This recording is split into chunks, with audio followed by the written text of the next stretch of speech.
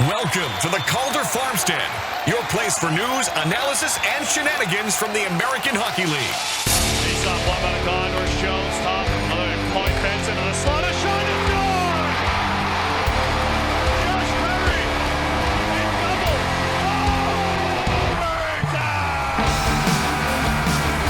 Left point long drive. Save Kinetic. What a stop by Matisse with the left pad. Oh, there was a scramble in front of the net. Denied was Matt Schicker by a miraculous piece of net binding by Matisse Kinetic. D-laner from the red line sends it in. Hofer into his net. He stops it. Hofer looking. Hofer firing toward the empty net. He scores! Are you kidding me? Joel Hofer, a goalie goal in the Calder Cup Playoffs. And now, with 9 minutes gone in overtime, the Bears breaking out. Right side with Fair. Brooks Light cutting to the net. Fair and let's go! He scored! He scored! It's over!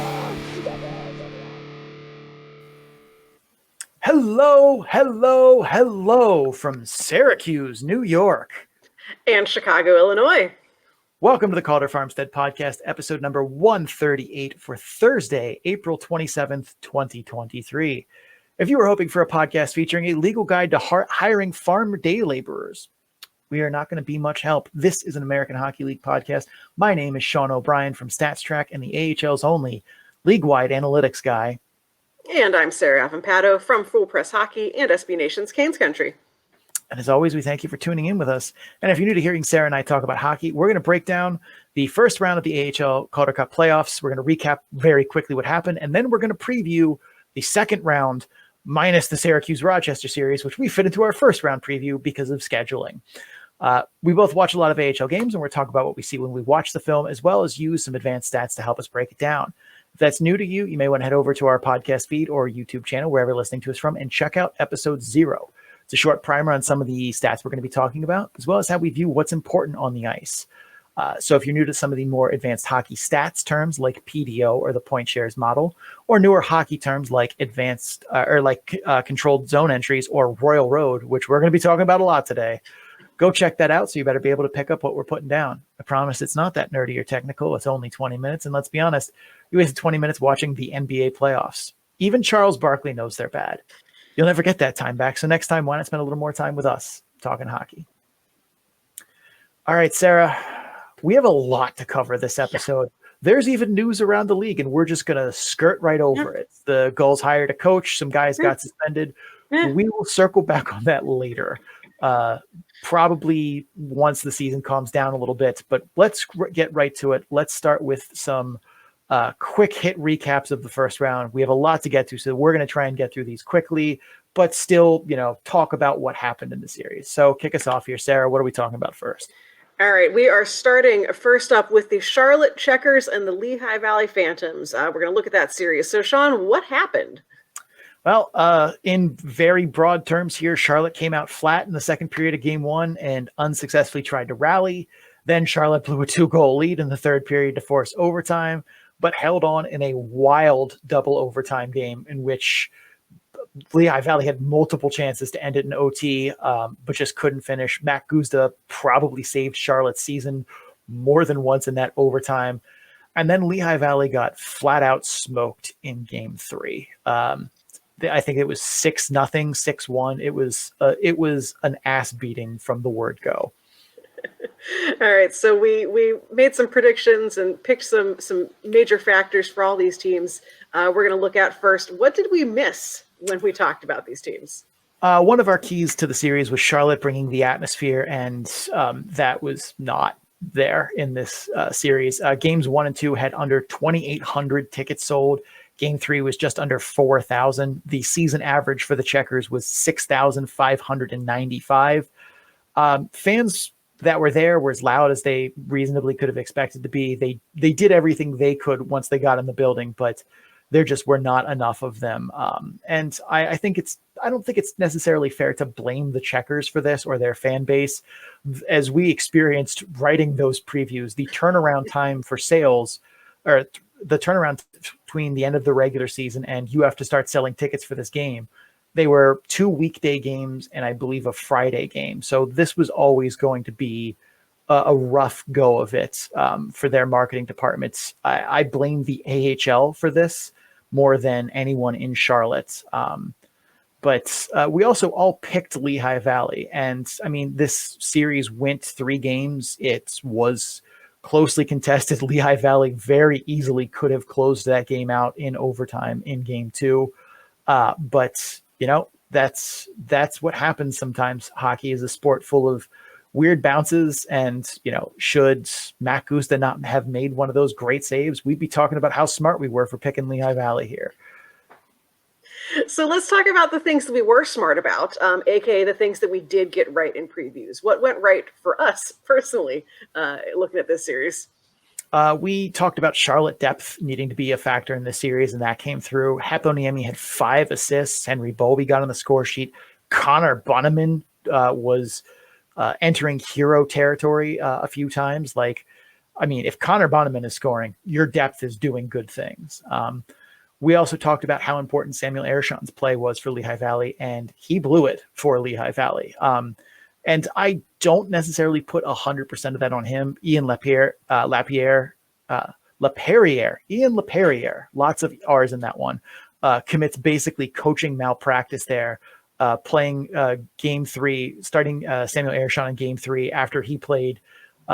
This is the second game of a back-to-back, and the game previous to that was the double overtime 95 minutes that Samuel Ershon was in net. Next day he starts Ershon again. Like, that's coaching malpractice right there. Like, the Charlotte Checkers head coach knew not to play Matt Gusta in that game. He started JF Berube. And I honestly, like, I don't think Ershon played well in this series. Like, yes, he made big saves in the overtime periods, but he also gave up 3 bad goals in regulation and a 4th that wasn't great. And that put them in OT in the first place. Like, so it's nice he played well in overtime, but that doesn't overshadow the fact that his play put the Phantoms in OT in the first place. Like, I saw comments that like, oh, Ershon looks like he's ready to challenge for the NHL next year. And I'm like, I don't know what game you're watching, but it's not the same one I am. Like, you can't let up naked slap shots from the point get past you in a playoff game and think that the NHL is the next step for you. Like, no. The other thing that we got right is Charlotte winning the X factor of the series, which was special teams. Lehigh Valley's penalty kill once again let them down. And that was a big part of Charlotte being able to tip the scales in this series, was their power play finding success against what once again was just a hapless Phantoms penalty kill. That changed the balance of the series. So I feel like that's another feather in our cap for us for that series. And like we said, we're looking to move quick here. I think that's about all we have to say on Lehigh Valley season. May they rest in peace. So let's move on here quickly and talk about the Springfield Thunderbirds and Hartford Wolfpack. Sarah, what happened here? I mean, this is a simple one. Hartford just smoked them in 2 games. The first game, 6-1 in Springfield. Second game, 7-1 in Hartford. I mean, it's as simple as that. This was a poor showing from Springfield, and Hartford, who entered the playoffs just on a tremendous roll from the end of the regular season, just carried that right on over into this series. They just walked all over the Thunderbirds. If there was any more reason to point at regular season series between teams being like, oh, this means nothing. The last game of one of the last games of the regular season, Springfield wins 1-0 in a Joel Hofer, performance, and then gets pumped for 10 goals against in this series, 10, 11 goals against. So yeah. Sarah, what did we get wrong about this series? Well, we did not predict Springfield basically playing like absolute ass. Like, there is no, like, we didn't predict it. The model didn't predict it. Just like nothing accounted for Springfield just not showing up to the extent that they did in this series. Again, 2 goals total.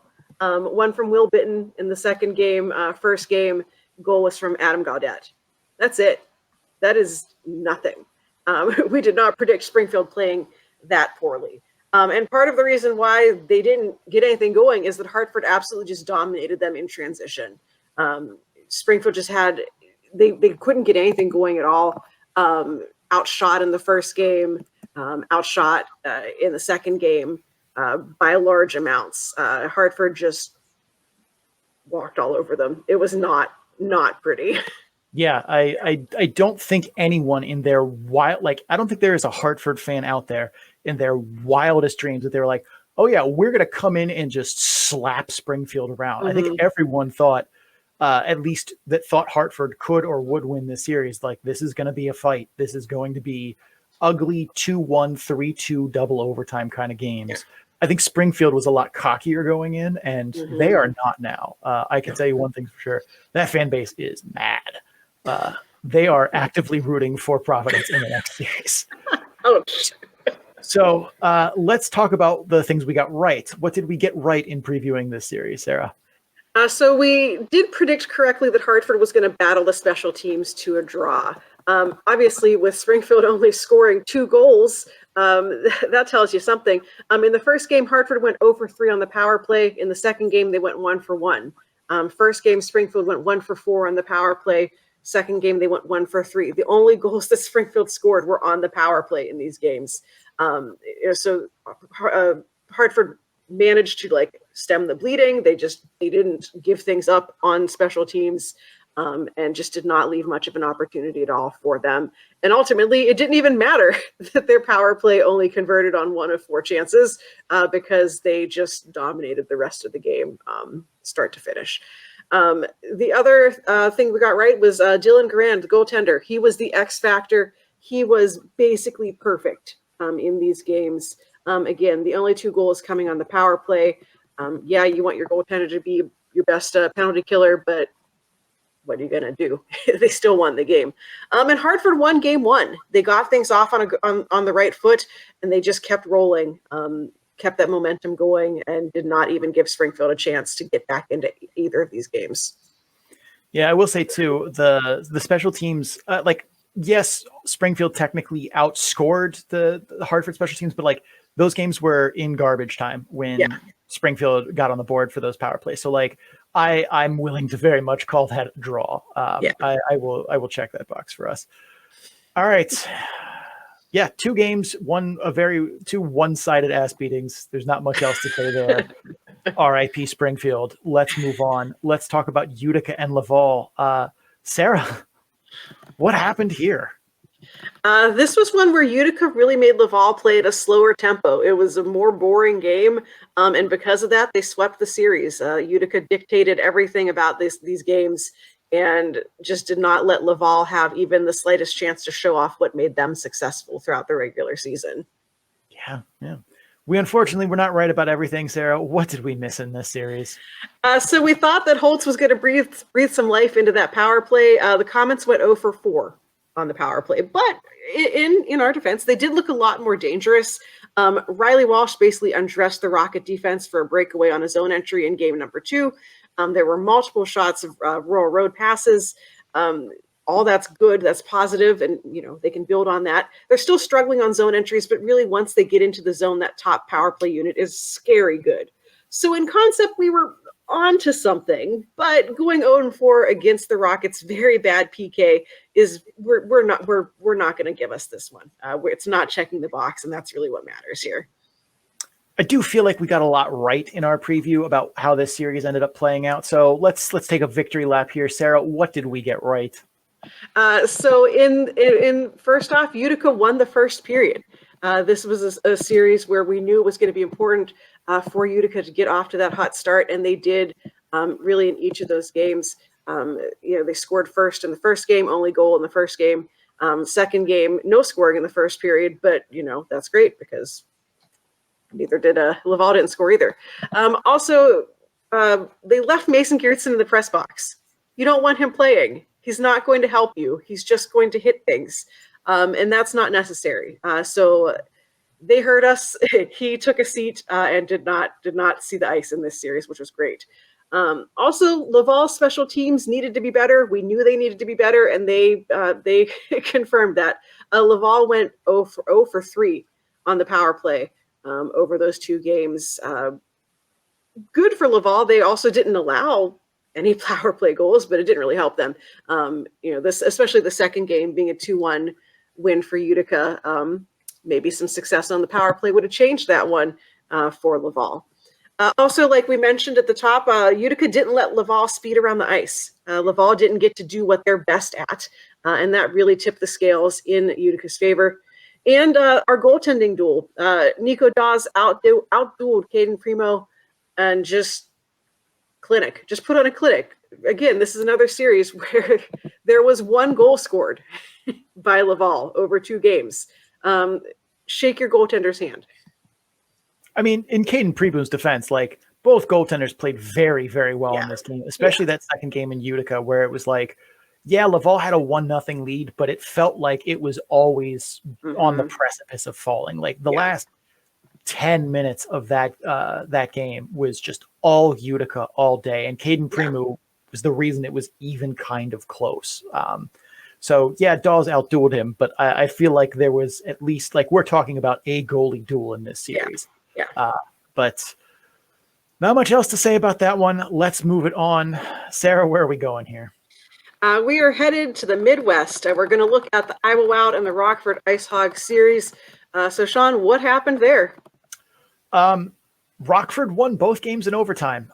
Pretty closely fought series, but in the end, Rockford prevailed. And we thought it was going to be a close series. Not every close series goes the full distance of 3 games or 5 games or 7 games, but 2 overtime games decided by a single goal, obviously. I think that constitutes a close series no matter how you look at it. The other thing that happened that we are going to kind of at least talk about for a second here is that Tim Army got fired. And Sarah, I know you and I on the show were not terribly surprised by this, but we were... Like, I was surprised at the surprise of other people for this. And he went on the local Iowa radio after, like, getting canned and talked about it. And his takes on it were interesting because I think in a lot of cases he didn't see it coming. Whereas I'm like, no, I definitely thought they should have fired him. Like, I don't think he did the worst job of any AHL coach. Like, that's Roy Sommer, and the silver medalist of that was probably Ben Simon, and then the bronze medalist is still probably Brent Thompson. But like, the fact that he missed the medal stand doesn't mean he didn't miss the axe here. To summarize, like, Tim Army like gave Iowa 1 winning season in 4 seasons behind the bench. Like, and he didn't even seem to acknowledge that. He looks at points percentage as winning percentage, and that's not correct. Wins are wins, losses are losses. And that is something we champion on this. And the 1 winning season was that loaded team in 1920, which, like, yeah, managing that team still takes talent as a coach, but like, you had Sam Annis and Jerry Mayhew at the top of their powers. Kyle Rao was a second line. Like, you had a loaded Bear team.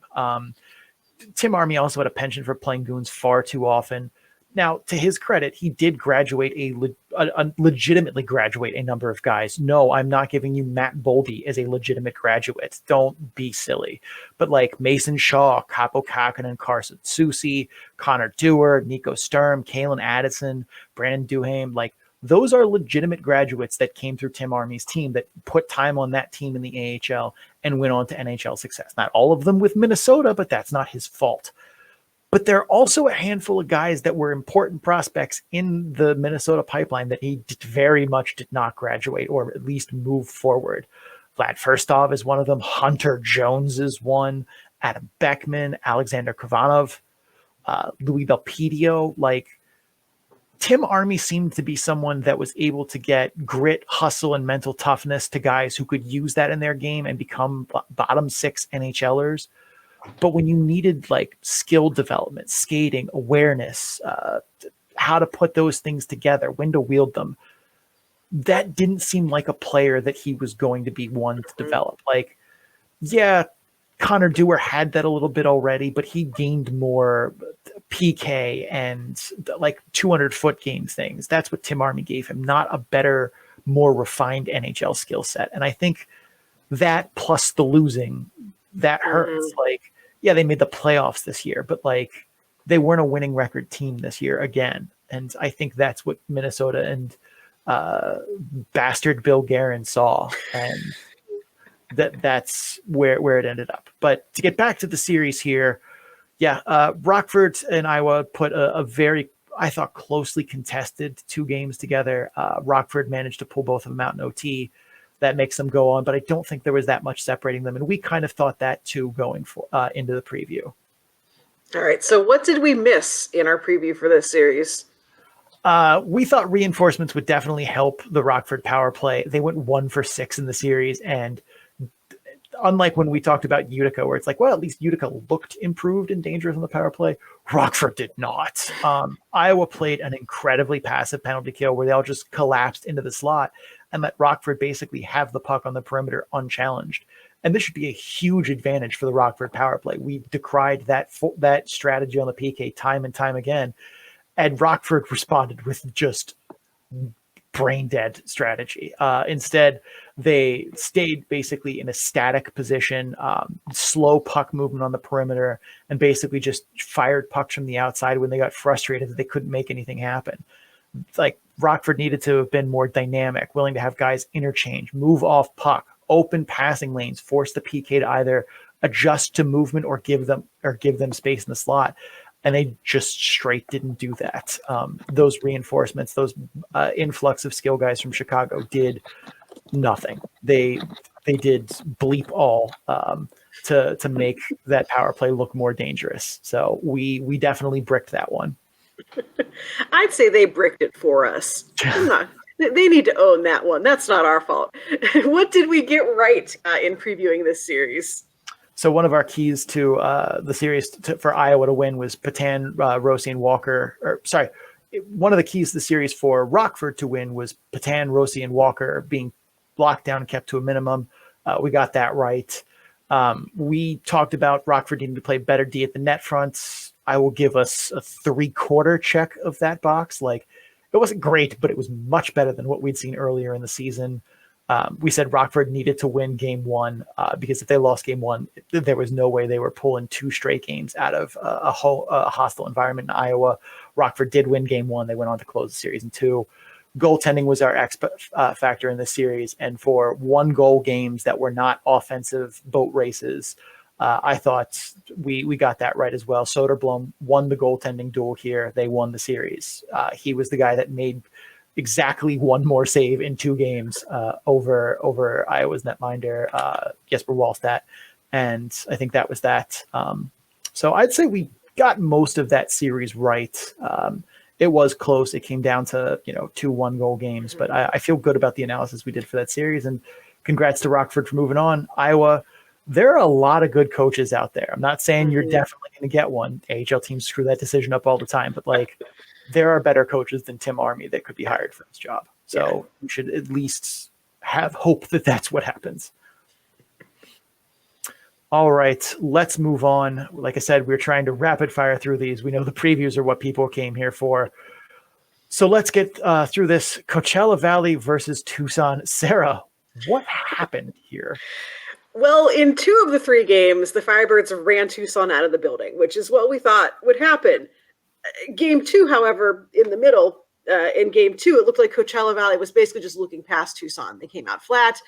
They tried to mount a comeback, but came up short. Our X factor, Joey Daccord, didn't play great in game number 2. Only one of those goals from Tucson was his fault. In a 1-goal game, that mattered. He played well in games 1 and 3, but he didn't really need to. But that game number 2 was just number 2. Unexpected. Yes, it was number 2. All right, Sarah, we did not do perfect analysis for this. That is usually an impossible task. So what did we get wrong here? Well, I don't think either of us thought Tucson was going to win a game. But Coachella Valley looked sloppy as hell in game 2. Joey Daccord didn't do them any favors. It seemed like a fluky blip of 2 periods, but you can't say that as a Coachella Valley fan that didn't bother you a little bit going forward.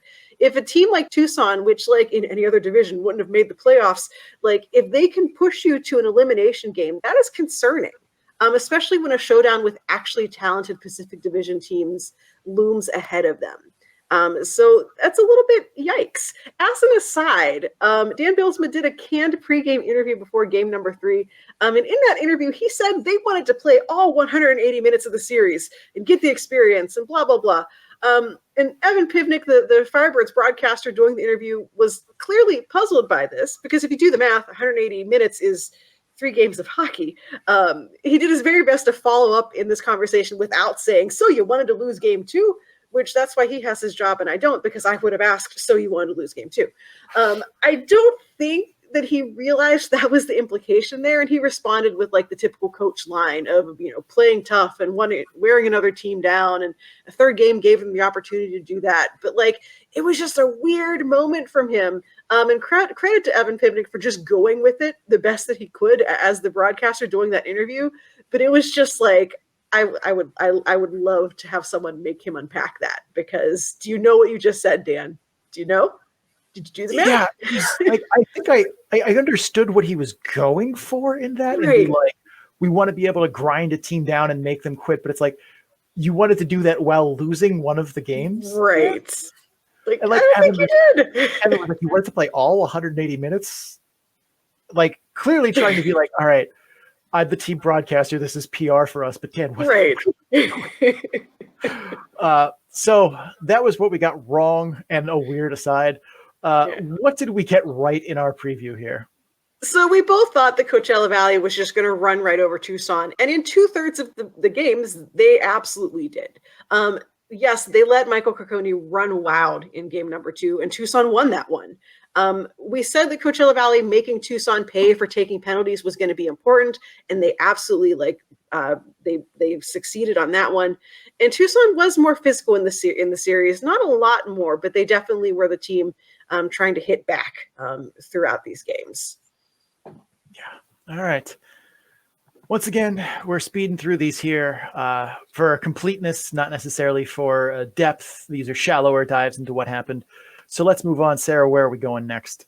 We're going to Colorado to look at the Colorado Eagles versus the Ontario Reign series. Sean, what happened there? Well, the Reign continued to struggle to maintain leads and close out games.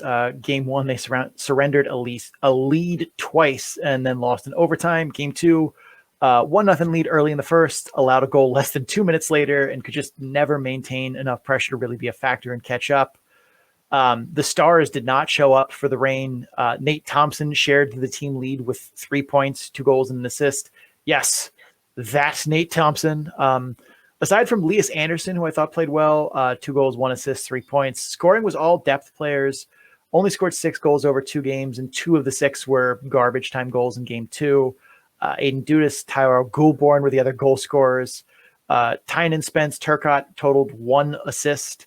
Samuel Fogamo only played in game 1. He was out with an injury. So this was not the way we thought this was going to go. We thought this was going to be Ontario's like kind of star players carrying this, but it turned into a reverse escort mission for them very quickly. But yeah, that's the long and the short of what happened here. All right, what did we miss on this one? Kind of like I mentioned, star power is an X factor. I really thought that we would see, this be Hudon versus Tynan or a facsimile of that perhaps. But Hudon scored in both games, but didn't feel like the driving force behind why Colorado won. Tynan had 1 primary assist. Like, yes, technically Colorado Star outdid Ontario Star, but it didn't feel like it really tipped the scales. So like, technically we were, I guess, right, but it didn't have the impacts. Like, they didn't win because Colorado didn't win because Hudon scored twice and Tynan scored once. So that one I will chalk up as a mulligan for us. We did not have a good X factor for that one. Well, what did we get right here? The Eagles' depth came through. 5 even strength goals scored by the Eagles. 4 of them were scored by lines that did not feature Charles Hudon. Cale Kessie scored. If that's not depth scoring, I don't know what is. Cal Burke had 2 assists. Gustav Rydal scored the OT winner. Like, they got contributions up and down the lineup, even if they didn't always get on the score sheets. And that was something we highlighted as a big thing that the Eagles needed, is they needed, this to, like, Charles Hudon was always going to be the focus, but they needed other guys to chip in and do something here. And that's definitely what happened. So feather in our cap, we did get that one right. But I think that's enough about Colorado and Ontario. That's a good place to leave it. Let's move on. Let's talk about Abbotsford and Bakersfield, a series that is a rematch from last year's first round, but this time all the games in Abbotsford. Sarah, what happened here? Well, in the series, Bakersfield didn't have the puck, and then they couldn't score because they didn't have the puck. Game 1, the score was 3-0 in favor of Abbotsford. Bakersfield was outshot 30-21. Game 2 was a little bit closer, 4-2 for Abbotsford. Bakersfield outshot 33-28. You can put the best goalie in the world in net for you, and if you're not going to score, the absolute best case scenario is you're going to go into a 0-0 overtime game. Like, he can't score you a goal most of the time. When Bakersfield did have the puck, their shots were pretty haphazard. When you look at the shot charts, they're not clustered around the goalie or really in any one spot in particular. It seemed like a lot of one-and-done plays or really just kind of panic shooting the second someone got the puck. So that really just doomed Bakersfield's chances overall. All right. Once again, we did not do perfect analysis here. Sarah, what did we get wrong? Well, Calvin Pickard played fine, but it wasn't enough. There were strong first periods. He stopped 6 of 6 in the first period of game 1, 16 of 16 in period 1 of game 2. But he and the team just couldn't maintain that strength down the stretch. So, you want one more save from your goaltender, and they just weren't able to get it from him this time. All right. That's enough of holding us accountable. What did we get right? Well, the Christian Wolanin show continues. The blue line scoring from Abbotsford really helped them along. They also sort of figured out special teams. They were 2 for 11 on the power play, 4 for 5 on the penalty kill. So that one sure came in handy.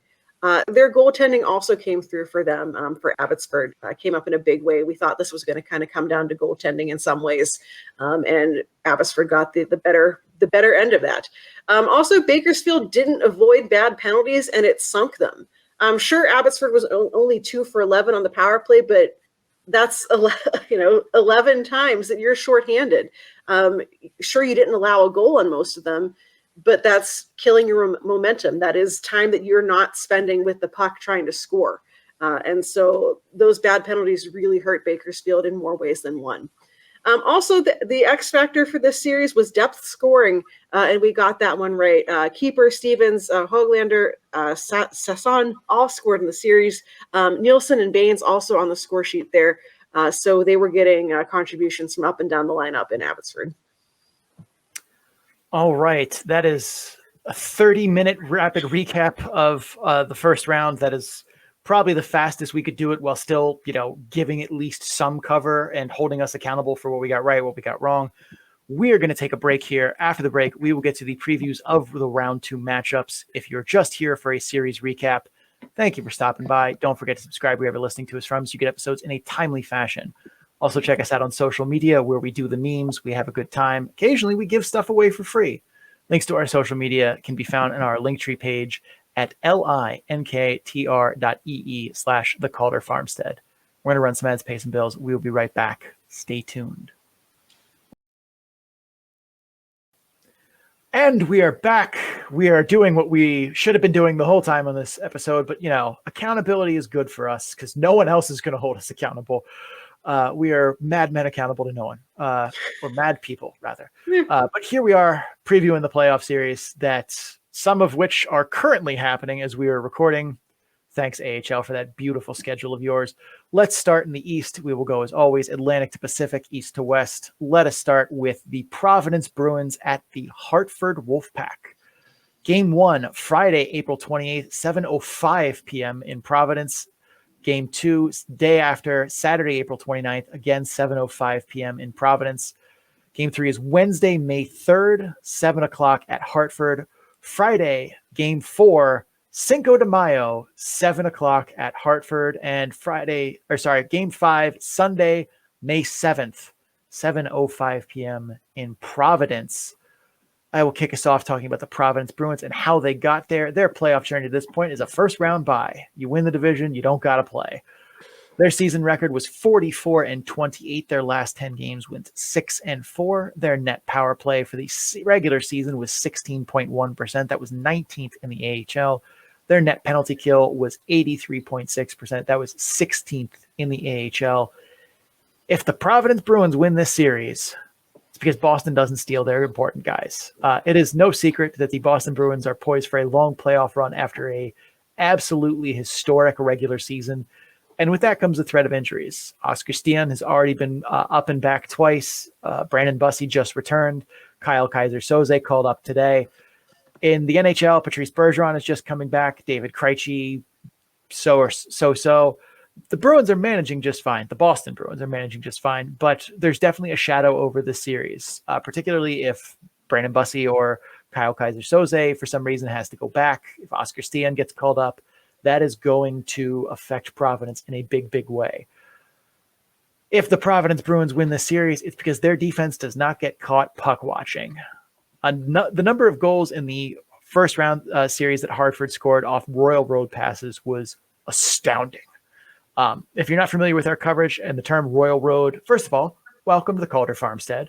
Second, go check out our episode 0. We give a much more detailed explanation on a lot of hockey concepts and their importance, all in 20 minutes.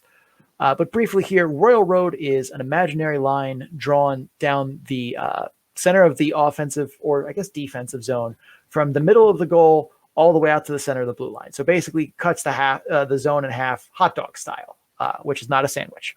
So shots directly off passes or movement across this imaginary line called Royal Road lead to goals far more often than shots that don't. That's because east to west movement causes the goalie to move laterally and reset to the shooter, and that opens up more net space, causes more goals. So when we talk about passes or shots off of Royal Road passes, it's basically an east to west pass that crosses the center point of that line. So that's what we're talking about, and that's why it's important. But a lot of these Royal Road goals that Hartford scored were Springfield defenders just flat out not looking over their shoulder, getting sucked into the play when they were supposed to be covering someone behind them or covering a passing lane.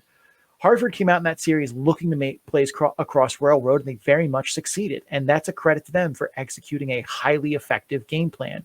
But it's one that Providence needs to be aware of. If their defense get caught puck watching, not covering the players in the passing lanes away from the puck and across Royal Road, Hartford is going to be booking travel for the phone booth knife fight division finals. And lastly, if Providence wins this series, it's because the crowd gave them an atmosphere to feed off. Home ice advantage means more in the playoffs than it does in the regular season. Those are just facts confirmed by both the eye test and analytics. Hartford fed off the atmosphere in game number 2. Utica fed off the atmosphere in game number 2. Coachella Valley didn't need an atmosphere in game number 3, but they got it anyway. Providence was 4th in the AHL in attendance in the regular season, and it's easy to forget that when you watch the games because, yes, there are people in the seats, but when the Bruins score, it feels like I'm watching the PGA or like a corporate awards banquet. Yeah, people are happy and excited, but it's very much a 4 out of 10 level of excitement. It's very proper and measured. It's almost British. But this, Providence, you need to throw all of that out. Give me chance. Give me clever signs. Give me shirtless dudes with painted chests that spell out Providence. This is playoff hockey, not the Rhode Island Country Club. Get up, bring your friends, get loud. That's how Providence wins this series. All right, Sarah, take the other half. How did Hartford get here? What do they got to do? All right, so Hartford, obviously, the playoff journey up to this point, they swept Springfield in round 1. Surprise! That sure happened. The regular season record, 35-37. Last 10 games, they were 9-1.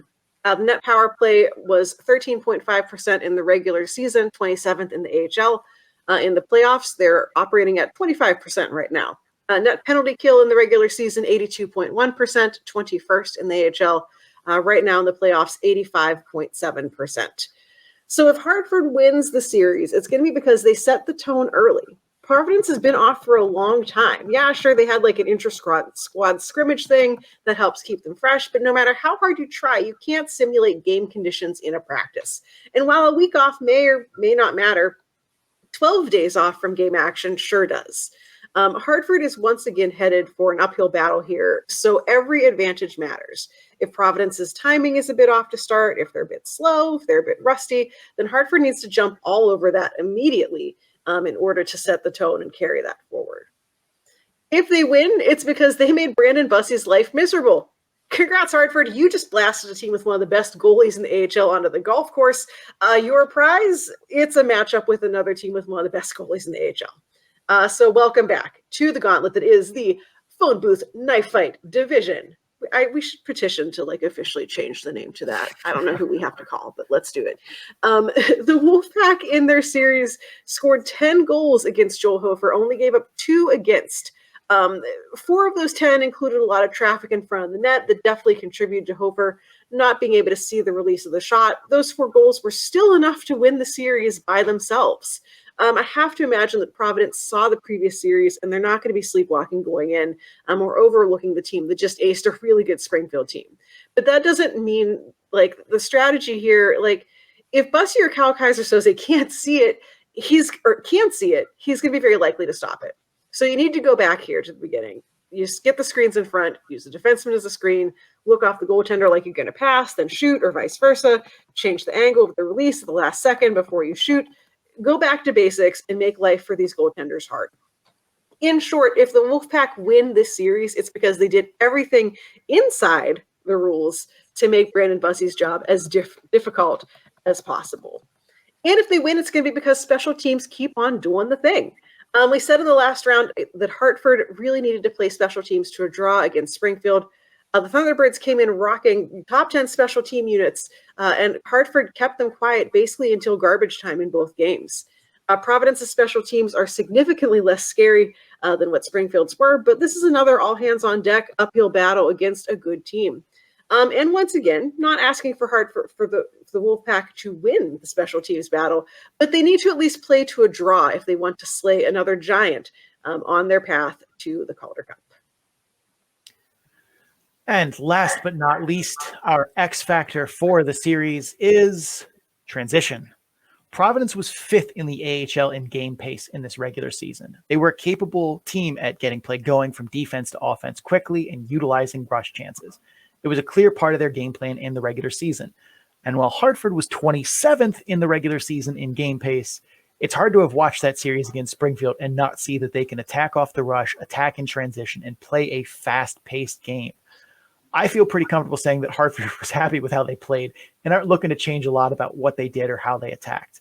This means who is able to execute in transition, getting pucks, from a dump in into offense going the other way, not getting bogged down by forechecking well, doing all of those little things that get you from defense to offense well and executing cleanly. That's going to be what tilts the ice to the side, to one side or the other. And that team is going to be able to attack more effectively and more efficiently. Whoever does it better, they're going to tilt the scales in the series. Transition is our X factor. So that is it for the preview portion of the show for Providence and Hartford. Not for the whole show, obviously. We have a lot more to come. Bye. But it's time to get down to brass tacks. Sarah, who are you taking? I'm going to go with the numbers here, but if I'm wrong, I don't want to hear I told you so, because I do admit that I absolutely see a path for Hartford here. I would not be shocked if Hartford comes away with the win. Obviously, I'm picking Providence to win this one. They have been very consistently good all season. Their goaltending has been fantastic. I think the break is going to help with any players who might have been nursing injuries, get everyone rested and ready to go. I am picking Providence, but the case for Hartford is very convincing, and I think this is going to be a fun series no matter what. I'll be honest here. I have slept on Providence most of this season. I thought they would be bad in the preseason, and I was wrong. But I feel like Shania Twain here. Okay, so they won the division. But when I watch the film, they don't impress me much. They have the wins, but they don't have the dominance. Don't get me wrong. I think they're all right. But that won't keep them alive in the long, cold phone booth knife fight. Hartford just absolutely mauled a very good spring team. They roared into this postseason and look like they are peaking at the right time. I picked with my head last time and it burned me. I'm picking with my heart here. Book it. Wolfpack. The model does not agree. The model is on your side, Sarah. Providence is a 59.1% favorite to win this series. So, Hartford, you are an underdog again. I am on your side. Do me justice. All right. We have a lot more to cover here. Let's move on and talk about the Hershey Bears and Charlotte Checkers. Sarah, tell me the schedule here. All right, so this series kicks off on Friday the 28th, 7 p.m. at Charlotte. Next game is the next day, April 29th, Saturday, 6 p.m. at Charlotte. Game number 3, we head to Hershey, Wednesday, May 3rd, 7 p.m. In Hershey. Game number 4, if needed, the next day, Thursday, May 4th, 7 p.m. at Hershey. And then game 5 on Sunday, May 7th, 5 p.m. at Hershey. So how did the Bears get here? Well, they didn't have to do anything. First round bye to get into this part of the playoffs. The regular season, they were 44-28, good for 4th in the AHL. Their last 10 games to end the season, they were 6-4. The net power play was 15.4%, aka 21st in the AHL. Net penalty kill was 83.1% for 18th in the AHL. So if the Hershey Bears win, it is going to be because they avoided bad penalties. So now working in Hershey's favor here is that they were the least penalized team in the Atlantic and one of the least penalized teams in the AHL. Working against them is the fact that their PK is below average, while Charlotte has a very good regular season power play and right now the number 3 power play in the playoffs. Yes, as the series goes on, penalty calls are going to be fewer and fewer because that is how playoffs are officiated in professional hockey. It is what it is. With all that being said, though, Hershey needs to make sure that when they take a penalty, it was one that prevented a scoring chance or something similar. If you're just out there taking a penalty for cross-checking a guy behind the play because he said your mom was ugly, well, you're helping Charlotte win the series. So maybe don't do that. If they win, it's because they contained Charlotte in transition. One of the reasons that Charlotte escaped the first round, despite being on the wrong side of the roster talent balance, was their execution in transition. They did a great job of forechecking in the neutral zone, defending the blue line, getting play going from defense to offense in a hurry. So Hershey is going to need to manage the puck intelligently in transition. They need to make sure that they've got clean exits of their defensive zone. And most importantly, they need to make sure that they backcheck and backcheck smartly. That sunk Lehigh Valley in a big, big way, as quite a few times they would hustle to backcheck, but then they'd leave the trailer wide open for a scoring chance because they all backchecked too far into the defensive zone. Don't do that either. If they win, it's also going to be because they did something on the power play. This is a familiar story. Another season, another mediocre at best Bears power play. The last time the Bears had a top 5 power play in the AHL, 2016-17. Since then, they have finished the regular season in raw power play percentage at 26th in 17-18 season, 15th in the 18-19 season, 23rd in the 19-20 season. In our 2021 bubble year, they were 12th. And then at 21-22, they were 26th. The Bears power play units are loaded with talent, too. They got Morelli, Pilon, Vecchione, Scarbosa, if he's healthy, and McMichael. That is a top 5. That's a 5-forward unit. And, I love it. It's spicy. Let's do it. They've also got Borgstrom, Snively, LaPierre, Sam Annis, and Nardella. These 2 units should be scoring more often. Charlotte held Lehigh Valley to 1 out of 11. They scored a shorthanded goal to make the net penalty kill 100%. And Lehigh Valley had a scary power play. So if Hershey wins this series, they're going to need to get more out of their power play. Let's flip to the other side of the coin. Tell me all about Charlotte. So how did Charlotte get here? Their playoff journey to this point. They beat Lehigh Valley in 3 games in the first round, 2 of which were incredibly entertaining. I think I tweeted out the gladiator GIF after both of them. Games 1 and 2 in that series were a lot of fun for me, a neutral observer. Charlotte's season record was 39-33. That was good for 10th in the AHL. Their last 10 games were 5-5 even. Their power play rank in the regular season was 19.6%. That was 6th in the AHL. In the playoffs, it is currently a wildly unsustainable 36.4%. But hey, we're not here for a long time. We're here for a good time. Their net penalty kill in the regular season was 85.4%. That was 7th in the AHL. In the playoffs so far, it's 100%, as Sarah just mentioned. That's how net penalty kill works. You get to knock off one of the power play goals when you score a shorty. If Charlotte wins this series, it's because they get a lot more quality chances on the rush and in transition. Hershey had the number 1 defensive environment in the AHL in the regular season. They've managed to really keep teams from having more than a handful of quality looks per game, and that's powered them to where they are. Charlotte has good team speed and can attack off the rush, which is big as a number of Bears defensemen are big and slow. Dylan McElrath and Gabriel Carlson come to mind immediately. The Checkers play reasonably well in transition in their last series, but 5 out of 14 goals against Lehigh Valley were rebounds that Charlotte got a stick on and put in. Those kinds of opportunities are not going to be given to them by Hershey, as their D does a much better job of cleaning those up than Lehigh Valley did or would do or had done in the regular season. Charlotte is going to need to rely more on attacking off the rush, getting pucks north-south in transition with speed, and using that speed to turn corners on defensemen. If they can generate more off the cycle, that's great too, but I'm not counting on that. If Charlotte wins, because they find new heroes. Jerry Mayhew didn't play in Game 2 or Game 3, and that's a big blow. Alex Lyon and Zach Dalpe are still in Florida and seem very unlikely to come back before the Panthers season is over. Logan Hutsko is hurt and didn't play in round 1. Lucas Carlson has been yo-yoed once already in this series, which, yeah, he's back in Charlotte and he's going to play very likely all 3 games in the series, but that has to give you heart palpitations if you're a Checkers fan, because that man is a large part of the reason your team is doing well.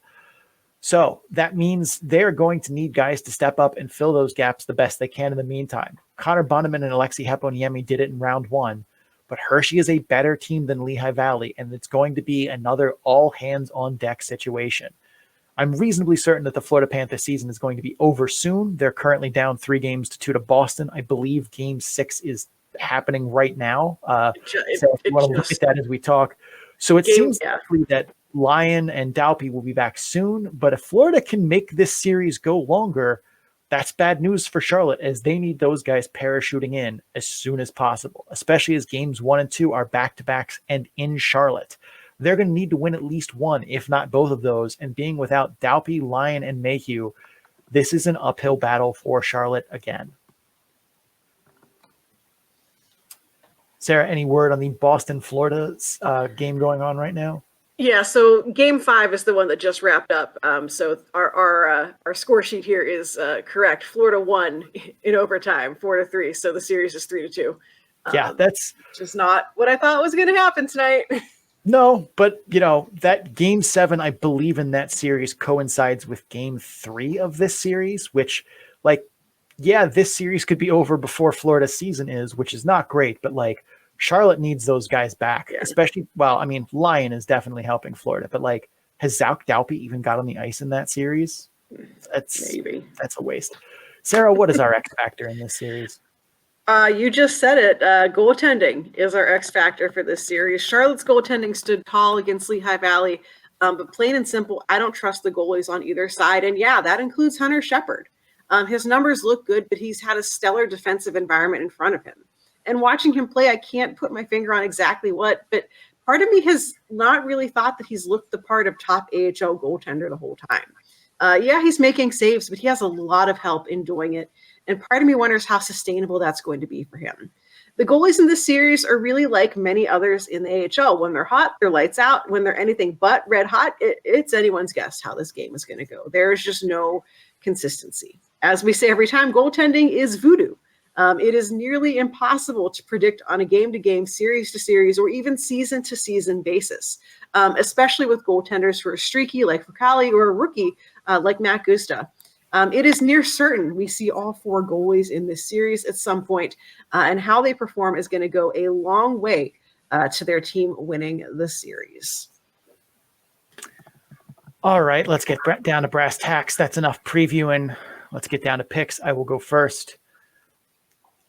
Watching all 3 games of that series, Lehigh Valley was very close to sweeping that series. Charlotte didn't just flirt with danger. They were buying danger drinks. And if they had Alex Lyon, Jerry Mayhew healthy for sure, and Zach Dalpe in the roster, we could talk about a potential upset of Hershey here. But as of right now, they do not. And Hershey's just too deep to trifle with, especially for, again, a Checkers team that was very close to being swept by Lehigh Valley at home. I'm taking the Bears here. I am also siding with Hershey here, too. Charlotte getting back top guys might be too little too late, especially because the NHL series did not end tonight like I thought it would. Their win in the first round was surprising, but I don't see them as being able to get past the Bears here. So I'm also siding with Hershey. Yeah, the model is on our side, too. Hershey is a 60.8% favorite to win the series. So that is not a a tiny amount. Hershey is a solid favorite here. And I think for, good reasons. They have home ice advantage, a deep roster, and they don't have to worry about, when guys will parachute in. They're already loaded for bear. That may not have been the right phrase for that. All right. Let's move on and talk about the Marlies and Comets. This series is starting on Thursday, April 27th, when this episode comes out. That is Game 1 in Toronto at 7 p.m. Game 2, Saturday, April 29th, 4 p.m. at Toronto. Game 3, Wednesday, May 3rd at 7 p.m. at Utica. Game 4, Friday, Cinco de Mayo, tequila flowing in the Adirondack Bank Center at 7 p.m. in Utica. Game 5, Sunday, May 7th, 4 p.m. at Toronto. Let's talk about the Marlies first. I will kick us off on how they got here. Their playoff journey so far has just been a first-round bye. They've just been hanging out at home in the Coca-Cola Center, drinking, I'm assuming, Coke. Their season record this year, 42-30. That was 6th in the AHL. They limped into the postseason, going 2-8 in their last 10. Their net power play in the regular season, 21.9%. That was 2nd in the AHL. Their net penalty kill, 84.6%, 11th in the AHL. If the Marlies win, it's because Keith Petruzzelli steps up. I can't imagine that Joseph Woll is coming in to save the day. No pun intended. Eric Shalgren just got emergency loan to the Maple Leafs, and who knows if or when he comes back. Not that I think it matters a whole ton. For Petruzzelli, the defense in front of him has waxed and waned, but it's usually at least been serviceable-ish if you look at the whole stretch of it. Petruzzelli has also been solid in stretches this season. First 5 starts of the season, he had a .922 save percentage and won all 5 games, but he's also looked out of his depth at times. Literally the next 4 starts of his season, .858 save percentage, lost all 4. He's also only played 25 games this season and just 3 games in the month of April and none in the last 11 days. So what are we going to get out of Keith Petruzzelli for the Marlies in this series? It's really hard to predict goaltending in the best of times. Right now, this is straight voodoo. I have no idea. But the Marlies are not going to win this series without him finding his A game in at least 3 of the next 5. They're going to need competent goaltending here, and Keith Petruzzelli is capable of giving it to them. But does he? That's going to weigh on where the Marlies, how the Marlies go. If the Marlies win, special teams carry the day. Toronto had a negative goal differential at even strength. That number 2 ranked power play in the AHL is what powered them to wins. And Utica's penalty kill was not good in the regular season. And while they stood tall against Laval, they only had 3 penalties to kill in 2 games. That's hardly a test. That's like a quiz that you studied for. The Marlies need power plays to win. So whatever it takes to get calls, whether it's, you take a dive, you take some acting classes, you maybe hand the ref a candy bar before the game. You say something about Mason Geertsen if he gets on the ice. Whatever you got to do, the Marlies need penalty calls on Utica to bring this series in for them. Because if the Marlies don't put pucks in the net on power play, Utica's going to win this series. All right, let's flip things over to the Comets side. Sarah, what's going on with them? How did they get here? All right, so the Utica Comets swept Laval in round 1 to get here. In the regular season, they were 35-37, 17th in the AHL. Their last 10 games, they're 6-4. The net power play is 11.5%, which is last in the AHL. And in the playoffs, it doesn't look any better. It's a big 0. Net penalty kill, 80.3%, 27th in the AHL. In the playoffs, though, 100%. Hey, good job, Utica. So if Utica wins, it's because they set the tone early. Like we said, in no uncertain terms, the Marlies limped into the playoffs. It's a combination of Maple Leaf problems, their own injury situation, and just abysmal puck luck really caused the Marlies to go 2-8 down the stretch in the regular season. Some of those look to be course corrected here. They've been away from game action for 11 days. If there's any chance the Marlies are not up to speed and ready to go at puck drop of game 1, the Comets need to pounce on it. If the Marlies give them an inch in game one, the Comets need to take a mile or kilometer or whatever they do up there in Canada. They also need to keep the Marlies in check in the neutral zone. They have a good team speed. They're absolutely going to murder you if you let them roam free in the neutral zone.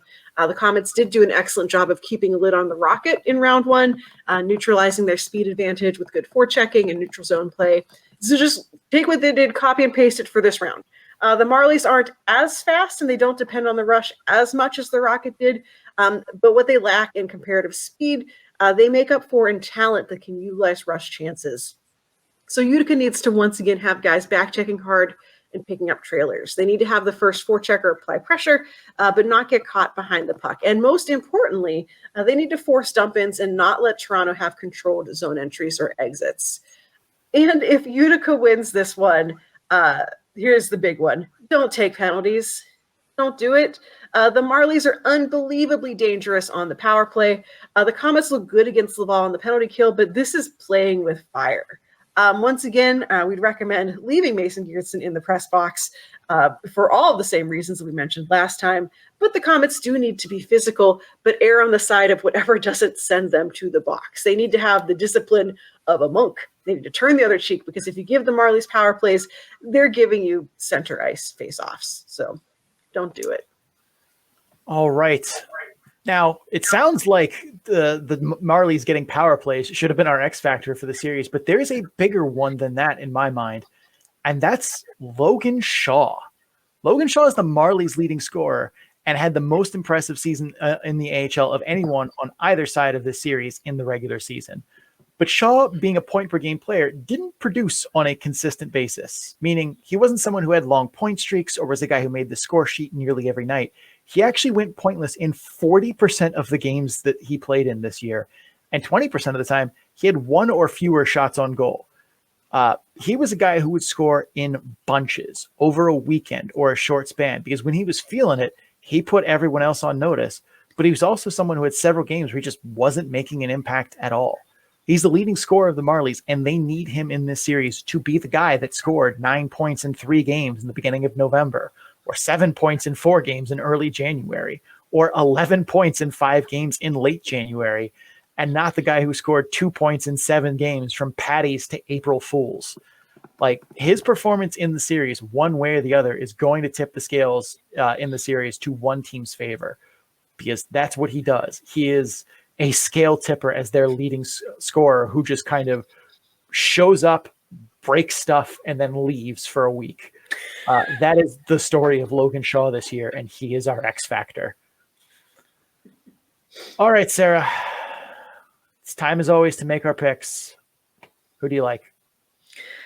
So I think it's hilarious to think of the Maple Leafs, the Toronto Maple Leafs, as blowing yet another first-round series, but it's looking like maybe this is the year they get out of the first, which means more tinkering from the NHL, more pooling up players, and no reinforcements coming back. I don't think that Toronto is going to think twice at all about yoinking whoever they want from the Marlies, if just to stand around, not even to do anything. So this is a series that could get a lot of interference from the NHL unless the Toronto Maple Leafs do something hilarious this week, which is possible. So all that said, I think this is going to be a fun series, but I think the Comets are going to come out on top because I think that Toronto is going to screw it up for their affiliate. I will say, as an aside, I am rooting for the Maple Leafs. I'm not a Maple Leafs fan in any way. I've been to Toronto several times. I've actually been to a Leafs game in what was the Air Canada Center at the time. Great time. But that fan base has suffered enough. Much like why I was rooting for Hartford early in the year. Sometimes you have to root for somebody to have just good things. I hope the Maple Leafs win that series. Tampa's had their time in the sun. Yeah. For this series, this is a tough one. I think for me, it comes down to trusting 2 things. Number one, I trust Nico Dawes over any Marlies goaltender not named Joseph Wall. And number 2, the Maple Leafs are way more likely to tinker and screw with the Marlies than the Devils with the Comets in my mind. That being said, I'm taking the Comets here in what I think is going to be a very entertaining series from our perspective. I'm sure it will be one that induces anxiety in their fans, But I think from a neutral standpoint like me, this is going to be fun. I'm looking forward to it. The model is on Toronto's side. So once again, we are departing from the machine. Toronto is a 51.3% favorite. So yeah, they're a favorite, but it's a tiny one. The model sees this as being pretty close. All right, we're going to take a quick break here. After the break, we will get to the Western Conference Round 2 matchups. If you are just here for an Eastern Conference series, thank you for stopping by. Don't forget to subscribe wherever listening to us from so you get episodes in a timely fashion. Listening to these previews next week after the series is already, well underway, not going to do much good. So subscribe. That'll help you out. Also check us out on social media. We have fun there. All of the links to our social media and where you can listen to us and more, like our store or like where all the graphs are, that can be found at our Linktree page at linktr.ee/the Calder Farmstead. We're going to run some ads, pay some bills. We will be right back. Stay tuned. And we are back from break. We are going to the West Coast, the best coast. We are going to start our playoff previews on this side of the border. There's no real, I guess, this side of the Mississippi. Yeah, it's a natural border. Yeah. People still think of it that way. Yeah. With Texas versus Rockford. All right. This series kicks off Friday, April 28th, 7 p.m. in Rockford. Then game 2, Sunday, April 30th, 4 p.m. in the Screw City, apparently what they are called. They had jerseys made and everything. I'm not making that up. I don't know. I live here and I didn't even know that. It's probably one of those things where no one actually calls it that, but whatever. Wednesday, May 3rd is game 3, 7 p.m. in Texas. Game 4, if necessary, Cinco de Mayo, 7 p.m. in Texas. If that is not a party atmosphere, the Texas Stars have screwed up. Game 5, Saturday, May 6th, hungover from Cinco de Mayo, 7 p.m. in Cedar Park, Texas. Let's start with the Texas side of things here. First, how they got here. Their playoff journey to this point was just simply a first-round bye. They've been hanging out at home. Their season record was 40-32. That was good for 5th in the AHL. Their last 10 games in the regular season, they went 6-4. Their net power play rank, 15.2%, 23rd in the AHL. Their net penalty kill, 88.8%, second in the AHL. So you know who won in practice during those shifts. If Texas wins this series, it's because the barber shop reopens. Texas has on its roster one of the most prolific power play scorers in the AHL in recent memory. That's one Riley Barber. He has one single uno power play goal since January 27th. It seems unfathomable that it's even possible for that to happen. And quite frankly, it doesn't matter. The Stars' power play has been abysmal down the stretch. In their last 5 games in the regular season, their net power play percentage was 6.25%. Not 16, 6. Single digit. Rockford's penalty kill was 26th in the AHL in net penalty kill percentage in the regular season and was 2 for 4 killing penalties against Iowa. And that's not an accident either. Rockford's penalty kill is structured badly and continues to be a serious weakness for them. Texas is a favorite in this series for good reason, but you can't just go refusing advantages when they're handed to you. If someone gives you cookies, you say yes. If Texas wins this series, the power play got back on track and Riley Barber was the one leading the charge. If they win, Texas's D outduels Rockford's top 6. Rockford's D is Rockford is a top-heavy team with their top 6 as some combination of Grimaldi, Reichel, Anderson, Cini, Phillip, Gust. Texas typically spreads the wealth on their D pairs with Butcher, Shea, Petrovic, and Gleason, which is necessary because 3 out of the 4 of them are lefties, and you typically want to avoid pairing left-handed defensemen playing on the right side and vice versa. It's harder. It's not necessary. Still, Texas's strength is its blue line. Their defensive environment was 7th best in the AHL in the regular season. Given Rockford's top-heavy nature and the strength of the Texas blue line, this is a matchup to watch for Texas. Texas needs to keep those guys in check if they want to win the series, because if Rockford's bottom 6 has to carry the day on offense, that's a big problem for them and a big win for Texas. And it plays in Texas's favor that 5 of those 6 Rockford forwards are on the undersized part of the scale, where Petro is a heavyweight and Shea has some size to him. them upping the physicality should work in their favor. And if they draw a penalty for it, well, all that talent hasn't done much for Rockford's power play this season, so it's probably okay.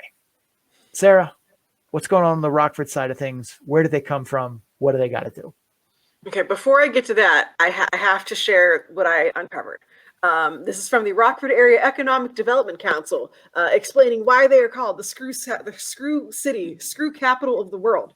The Rockford region became known as the screw capital of the world around the same time the furniture making industry was dying off in the 40s. The demand for fasteners rose along with demand for wartime machinery. For decades, production in the Rockford region was heavily supported through U.S. government contracts from the First World War all the way through the Cold War, due to the region's production and manufacturing capabilities. By the late 60s, the Rockford region was ranked as the 5th largest manufacturer of fasteners in the nation, leading to the self-proclaimed nickname, Screw Capital of the World. That is a fact that we all know now. I feel like thank you. You need to edit in like the more you know across the screen. Right now. But yeah, I mean, I assumed the Screw City had something to do with like nuts and bolts and fasteners and not like some weird Rockford is for lovers thing. So I'm glad I've been to Rockford. Yeah. All right. Anyway, I had to know. I couldn't go another minute without knowing. How did the Rockford Ice Hogs get here? Well, they swept Iowa in round 1, as we talked about earlier. In the regular season, they were 35-37. Over the last 10 games, they were 7-3. The net power play, 12.3%, 30th in the AHL. That's bad. In the playoffs, 16.7%. Net penalty kill was 80.5%, 26th in the AHL. They were at 50% right now in the playoffs. So if the Ice Hogs win, it is because they used their speed advantage to their advantage.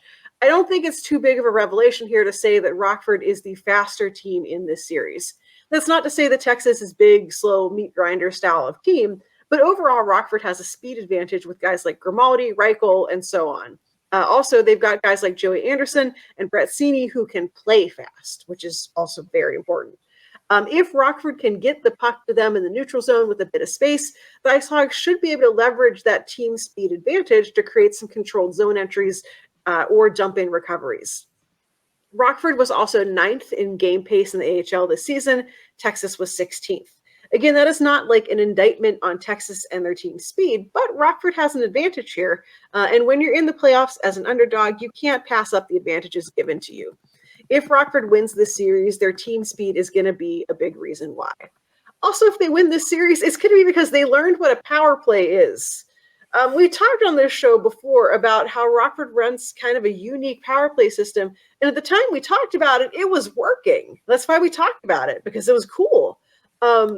Did other teams figure it out? Did they change something in their execution? Like, there is no reason why their power play should have been 1 for 6 against Iowa. Sure, they won that series, but a couple power play goals could have kept them from the stress of overtime. They are facing off against one of the league's best penalty kills here, which is going to make this an uphill battle. I think the most odd thing about it is that Rockford plays a very dynamic style of offense at 5-on-5, and then is playing a very static power play structure. That killed them against Iowa because Iowa shut down the slot. They let Rockford have the puck on the perimeter, and Rockford looked just confused by this and just sort of passed the puck around at a mad pace, didn't do much to try to generate chances from the inside. They're going to need to move the puck faster, have more off-puck movement on the power play if they're going to generate anything at all. They need to go back to what made it cool that we dedicated a whole segment of the show with video and everything and like do that again. Simple, right? All right, let's talk about the X factor in this series, and that is goaltending. This series is a 5-game rematch of a 3-game series from last playoffs that Rockford won in 2 games. It featured 4 total goals being scored and was a goaltender's duel between Matt Murray and Arvid Soderblom.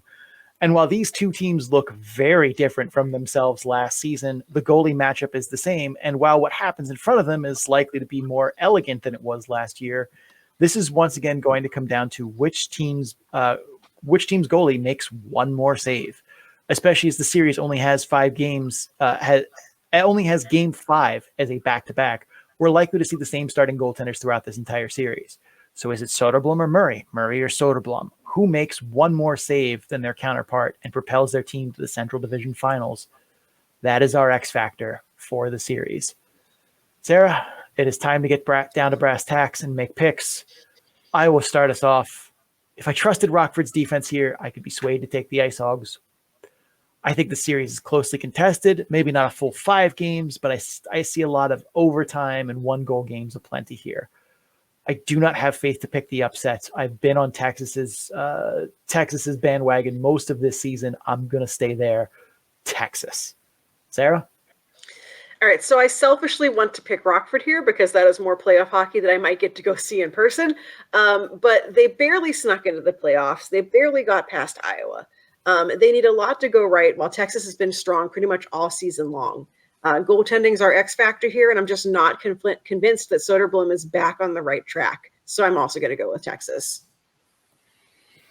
The model is on Texas. The model has loved Texas literally since the preseason.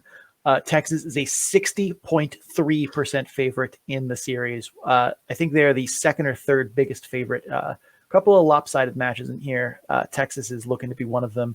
They also, according to our Money Puck graph, are tied for first in Calder Cup percentage to win with, I think it's 10.7 off the top of my head. We've said this Texas team is good. They have the parts to win. Just a matter of going out there and doing it now. All right, let us move forward. Let us move forward in the Central Division. We're going to talk about the Milwaukee Admirals and Manitoba Moose. Sarah, tell me about the schedule. How's this going to go? All right, so this series starts in Manitoba, starts on Friday the 28th at 7 p.m. The next game is Sunday, April 30th at 2 p.m. in Manitoba, and then we head to Milwaukee for the remainder of the series. Wednesday, May 3rd at 7 p.m., Game 4 if needed, Friday, May 5th at 7 p.m., and then Game 5 the next day, Saturday, May 6th at 6 p.m., again, all in Milwaukee. So how did the Admirals get here? Once again, first round bye. They did real good. They didn't have to play. Their season record in the regular season was 41-31. Their last 10 games, they were 4-6. The net power play, 21.9%, first in the AHL. Net penalty kill was 87% for 5th in the AHL. If the Admirals win this series, it's going to be because they found chemistry. They've got 7 players who just parachuted back in from Nashville. Luke Evangelista, Mark Jankowski, Michael McCarron, Zach Sanford, Kiefer Sherwood, Spencer Stastny, Phil Tomasino, all back from the NHL. Plus, at the very end of the regular season for the Admirals, they got back Kevin Gravel and Igor Afanasyev. So they both played a little bit at the end of the year. That is a lot of players to work back into your lineup. With the exception of Gravel and Afanasyev, who both played 1 or 2 games to close out the regular season, all parties here have been away from game action for quite some time.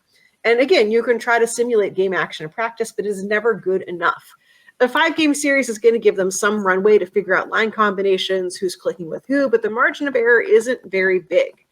Sure, the Admirals have the majority of the horses here, but they still need to run in the chassis together to move this cart. Also, if they win, it's going to be because they kept it simple. Milwaukee is not necessarily a flashy team. They get the job done, but there's not a lot of shiny with them. But they are the better team than the Moose. And we know what happens when teams get overconfident. Do we need to look back at Coachella Valley and Tucson to see what happened there? There's a lot of moving parts for the Admirals. They've got to integrate those new players. They're getting back to playing for their first time in around 2 weeks. There are a lot of ways for things to go wrong. This is a team that needs to remember what made them successful in the regular season, including that incredible power play. And they don't want to change too much from it. I don't think Carl Taylor's an especially fancy coach. He has always been a guy who just gets the job done. I don't think he's going to have a problem with getting his team to stick to the game plan, but they can't let themselves get baited into playing the kind of game that the Moose are going to want to play to go to their advantage. So I think Milwaukee just needs to remember how they got here and just keep doing exactly that in this series. All right, let's kick things over to the Canada side of this equation and talk about the Manitoba Moose and how they got here. Their playoff journey to this point was a first-round bye, just Central Division, Oprah tossing out buys. You get a bye. You get a bye. Their season record was 37-35. Their last 10 games went not that great, 3-7. Their net power play in the regular season, 21.5%. That was fourth in the AHL. Their net penalty kill, 84.7%, 10th in the AHL. If the Manitoba Moose win, it's because they make it ugly. There's no soft sell here. Milwaukee is the more talented team on paper. It's not particularly close. But hockey games, especially playoff hockey games, aren't played on paper. That means the Moose can let it fly and just see. But that doesn't mean the Moose can just let it fly and see what happens. They need to make games in this series ugly if they want to win. If I'm Mark Morrison, I want the pace of this game slowed to a crawl where every puck is contested and battled for at every moment. Because if you let a team have time and space, they'll bury you, especially a team that's loaded to the gills with talent like Milwaukee. And I don't think, given their past, that Milwaukee's going to shy away or wilt in the face of a physical, battle-heavy game. It may still favor them when all is said and done, but a wide-open north-south trading chances boat race is the kind of game that definitely favors Milwaukee, and in a big way. If Manitoba wants to win this series, they have to avoid that style of play and make this a series full of ugly, low-event, battle-for-every-inch kind of games. If Manitoba wins this series, it's because Holm and Salminen stood tall. I'll be frank here, although that makes Sarah Dean Martin and Cece Joey Bishop. Anyways, there's no chance that Manitoba wins the series with average performance by their goaltenders. As you may have heard by now, Milwaukee just parachuted an absolute unit of NHL caliber talent and talent that can score and score often. They also have home ice advantage in this series. Only games 4 and 5 are back-to-back, so it's possible we see the Moose ride the hot hand here. But regardless of who's in net, they're going to need them to come up big, which hasn't helped. What hasn't helped them out is that Manitoba's defensive environment hasn't been lights out in front of them. Whether the Moose defense can step up in front of them remains to be seen. But whether they do or not, Holm and Salminen are the last line of defense, and they need to hold that line in this series if they are going to punch their ticket to the Central Division Finals. Lastly, if Manitoba wins this series, it's because they made Game 2 a statement win. While obviously winning Game 1 is important as well, Game 2 is the last of the series in Manitoba. This series will end in Panther Arena, one way or the other, and the Moose cannot let the Admirals carry any kind of momentum into their home building, no matter what happens in Game 1. If the Moose lose Game number 1 bad and then come back and make a statement win in Game 2, then at least they have something to build on going into hostile territory. The Moose win Game 1, then make a statement win in Game 2. Best case scenario, Milwaukee comes home with their back against the wall and nerves seeping in. But any of the other scenarios are bad here. Let's say the Moose blow out the Ads in Game 1 and then lose Game 2 in a close, hard-fought, double OT kind of game. Well, now Milwaukee has momentum going home. They have something in their pocket to, say, all right, we have some answers for what happened here. If the Moose win decisively in Game 1 and then win a close-fought battle in Game 2, we're still talking the Admirals going home with positive things. Like, yes, we're down 0-2, but we solved a lot of problems in Game 2 that we had in Game 1. We're on the play. We're on the path forward. We have nothing but home ice advantage. We still have a chance in this series. This game number 2 is huge. The Moose are heavy underdogs here and cannot let the Admirals have wind in their sails going home, because if they do, Manitoba season ends in Wisconsin. And last but not least, the X factor of this series is the special teams duel. Both teams are coming in with top 10 units on both sides in the regular season. Milwaukee is adding in a lot of players who will immediately make their power play even better. In the regular season, Sherwood had 5 power play goals, Evangelista 4 power play goals, Tomasino in limited time 3 power play goals, Jankowski scored 3 power play goals in 9 freaking games. Sanford 3 power play goals, Afanasiev 2 power play goals. Winnipeg didn't really make huge moves at the deadline. They didn't paper down much. Axel Janssen Floeby, that's about it. And he's still a quality player, but he's not there right now. So if the Jets are eliminated, the Moose are getting him, but they aren't getting, the 101st Airborne parachuting in like Milwaukee does. So they've got to run with the reinforcements they have, but the special teams here are going to be a big focus as both teams are rocking impressive units. They're going to need to be able to tip the scales one way or the other, because the These two teams do not like each other. There are going to be penalties called. Someone is going to need to score in the power play. And if one of those teams can, take over special teams and win that battle, they're going to tip the scales in their favor. All right, Sarah, that is the end of the preview part. Let's get down to brass tacks. Who do you like in this series? So I'm going to stop short of saying that this is Milwaukee's year. There's just too many other really strong teams that they're going to have to go through to go the distance. But I do think that they are the better team in this series, and I do think that they beat the Moose. So I am picking Milwaukee. I can't look at both rosters here and good conscience pick the Moose. Manitoba got robbed of a series win last year when they badly outplayed Milwaukee, but Devin Cooley was just like, but what if no? This time around, I think Milwaukee wins much more decisively. Like, you can't see all that talent just walk in the door and be like, yeah, but still Manitoba, right? But no. And the model is on our side here. Milwaukee is a 67.1% favorite. They are the biggest favorite in this round.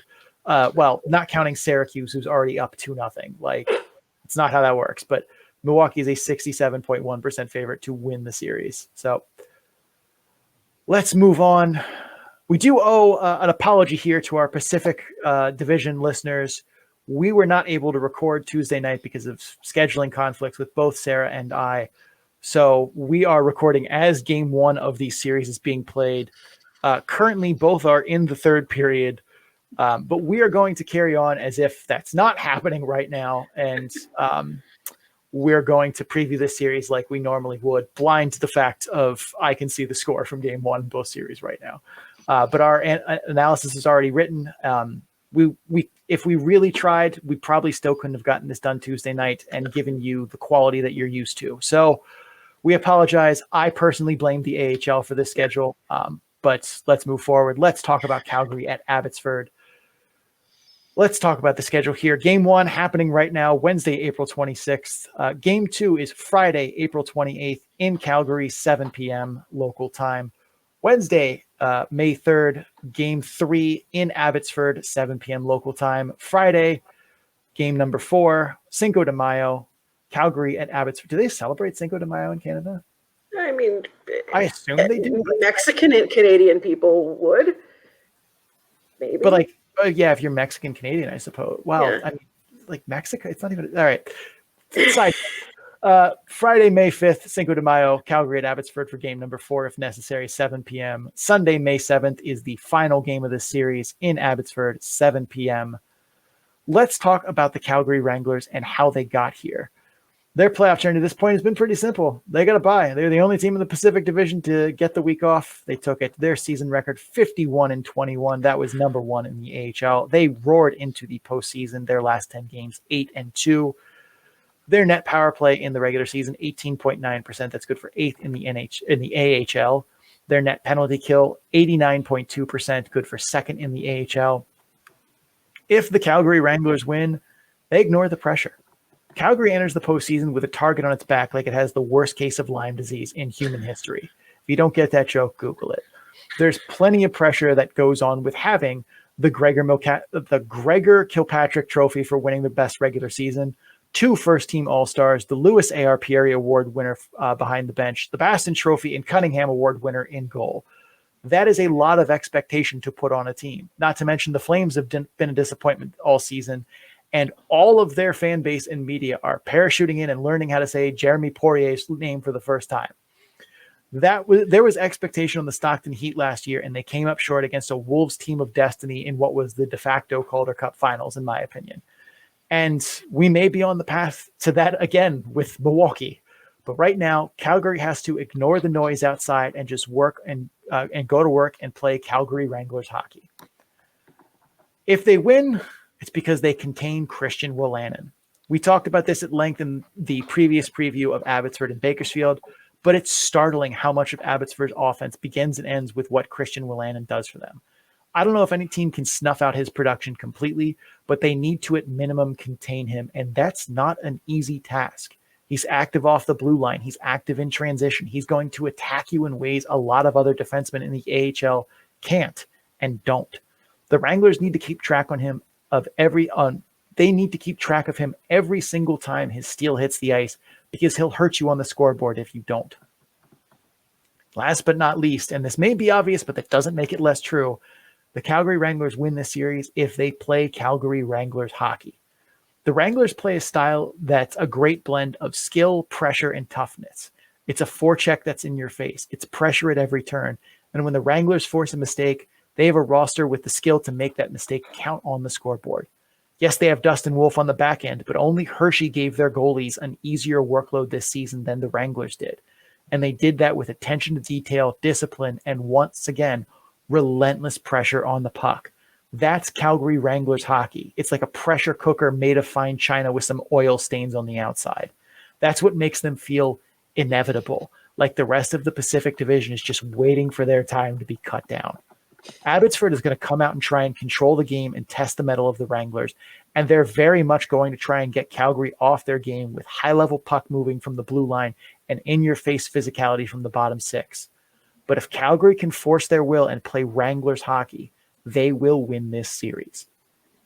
Sarah, talk to me about Abbotsford. All right, so the Abbotsford Canucks got here by sweeping Bakersfield in 2 games in the first round. In the regular season, they were 40-32, which is 9th in the AHL. They're 7-3 over their last 10 games, and their net power play is 16.7%, good for 16th in the AHL. In the playoffs, remarkably consistent, 16.7%. Net penalty kill is 81.7%, 22nd in the AHL. In the regular season, in the playoffs, also remarkably consistent, 80%. So there you go. That's nice. If the Abbotsford Canucks win, it's because they steal a game in Calgary. For what I can only assume are like cheapskate travel budget concerns, Calgary has surrendered home ice advantage in this series. That swings the balance in a big way. Calgary isn't just going to hand Abbotsford any easy opportunities, so they need to jump all over this one. They've got to steal a game in Calgary because, coming home down 0-2 is not the path to victory. I can't imagine a world in which Calgary wins both games in Calgary and then doesn't close out this series. They are too deep, they play too well, and they are too well coached to blow a 2-0 series lead in a best of 5. If Abbotsford pulls this off, it's because they stole a game when they're on the road.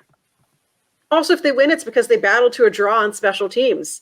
Their special teams have been semi-okay-ish through various parts of the season. They've had some shining moments, some low points. The power play does 100% miss Sheldon Dries and Phil DiGiuseppe. That's just how it is. Calgary does have 2 special team units that run just like a well-oiled machine, and they can weaponize it too. They can be physical, they take penalties, and not worry about it because the penalty kill is so rock solid. They were 27th in the AHL in penalties taken during the regular season, and unlike Toronto or Rochester or Charlotte, they don't need the power play to be clicking to win games, but it sure helps.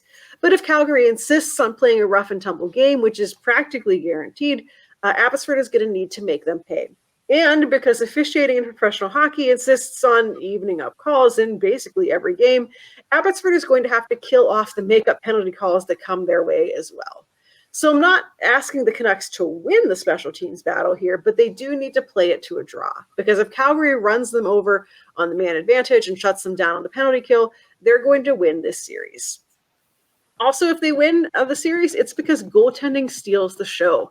Spencer Martin and Artur Silovs both have played well in the series against Bakersfield, and their performance certainly helped carry the day in that first round. That wasn't a given, and that's why they were one of the keys to the last series. And in an evenly matched series, goaltending can tip the scales here. In an uphill battle against the regular season champions who have the AHL's 2-time Coach of the Year, MVP, Best Goaltender, and 2 first-team All-Stars, goaltending being good isn't going to be enough. Martin and Silovs both need to make their own Ocean's 11 spinoff and just steal this series. You've got Dustin Wolf on the other side, and he has got an elite defense in front of him. You know he's going to bring it, and it's going to be a tall task to put more than a goal a game past him. So Abbotsford netminders need to channel their inner Dominic Hasek because there is no way the Canucks win this series with anything less than a show-stopping performance from their goaltenders. So what are our X factors looking at this series? The series could come and tip on a number of factors here. Calgary likes to play fast. Abbotsford, more a low event team that grinds. Abbotsford bottom six is maybe a little bit more offensive than Calgary's bottom six. Calgary's blue line is maybe a bit deeper. But this series feels like it's going to be a lot closer than a glance at the standings would have you think. So for me, I think the X factor is going to be mistakes. Calgary thrives off mistakes, and when they make a mess, Dustin Wolf is usually able to clean it up for them. Abbotsford needs to force mistakes by hook or by crook to maintain possession and keep play tilted in their direction. In a series that I anticipate is going to be a close one, the team that keeps mistakes to a minimum and manages the puck the best is going to be the one that's able to tip the scales for their side. All right, Sarah, we're getting down to brass tacks here. It's time to make a choice. Who are you taking in the series? All right, so I think this is going to be a fun series. I am definitely curious to see what Calgary does against the Christian Wolanin show, because that's going to be a fun one to stop. But I can't possibly choose against Calgary here. They have been basically my pick to come out of the West for pretty much the whole season, and I'm not going to go against them. I'm taking Calgary to win this series. Calgary surrendering home ice advantage here is silly, but it's the AHL, and silliness isn't a bug. It's a feature. I think this series is a lot closer than it may appear because Abbotsford has a lot of skill paired with some sandpaper. I know why the model isn't a big fan of Calgary, and that's reflected in the money puck graph. And as I do often on this show, I do not agree with the thing that I am responsible for programming. I do not have it in me right now to pick against Calgary until the conference finals. And even then, probably not. For right now, they feel inevitable in the Pacific Division, and the rest of the division is just waiting for their time to be cut down Johnny Cash style. I'm taking Calgary here, but I certainly think that Abbotsford goes down swinging. And the model, as previously mentioned, Abbotsford is a 53.6% favorite in the series, according to the model. I will just point out, to break kayfabe here and cheat, as we are recording this right now, this game just went to overtime, tied at 2. So sure. I would at least like to say we wrote all of the analysis for the Pacific Division earlier this afternoon before game started, but I at least feel like we are doing okay so far in real time. Yeah. All right. Let's go over to the other Pacific Division playoff series. And if you were just tuning in with us as a Coachella Valley or Eagles fan, we would like to repeat our apology that you didn't hear earlier for having this out a day late. We were not able to record on Tuesday. That was not possible for us. We had scheduling conflicts, and this series schedule didn't come out until, Sunday night? So we were not able to produce a show in time that gave us the ability to give you the quality that you're used to from us, not just box score nonsense, but actual analysis. So we're sorry that we're a day late. I personally blame the AHL, but if you want to blame me or somebody else, that's completely acceptable. But let's get into it here. Coachella Valley versus Colorado. Game 1 Wednesday happening right now as we speak. It just ended, but we are going to ignore that. We wrote all of the analysis already, but that game just ended. Game 2 Thursday, today, technically, April 27th, 7:05 p.m. Sunday, April 30th is game 3 at Coachella Valley, 3 o'clock Pacific time. Game 4, Wednesday, May 3rd, Colorado at Coachella Valley. That is 7 p.m. puck drop, or 7 p.m. start time. Puck drop's probably 7:15. Game 5, if necessary, Friday, Cinco de Mayo in Coachella Valley, 7 p.m. That place should be lit, as the kids say. Let's start with Coachella Valley and their playoff journey and how Coachella Valley got here, their playoff journey to this point. They beat Tucson in 3 games in round 1. Their season record, 48 wins, 24 losses, good for second in the entire AHL. Their last 10 games, including playoffs, 5-5. Their net power play in the regular season, 17.8%. That was 12th in the AHL. In the playoffs, 26.7%. Their net penalty kill in the regular season, 86.2%. That was 6th in the AHL. Their net penalty kill in the playoffs in the first round, 66.7%. That's not great, Bob. So if Coachella Valley wins this series against Colorado, if they win, it's because they did not take the Eagles lightly. They probably got a little too cute against Tucson and took their foot off the gas. And sure, destroying the Roadrunners in Game 3 was fun to watch, but it was unnecessary. Colorado is a much different animal, pun sort of intended, than Tucson. And if you take a period off against Tucson or a whole game, you can ultimately still claw your way out. The same may not be able to be said for games against Colorado. We see good teams lose to inferior teams all the time because they underestimated the fight the other team was going to put up. Coachella Valley needs to come into this series with their heads in the right place, because if you give Colorado an inch, they will take a mile high.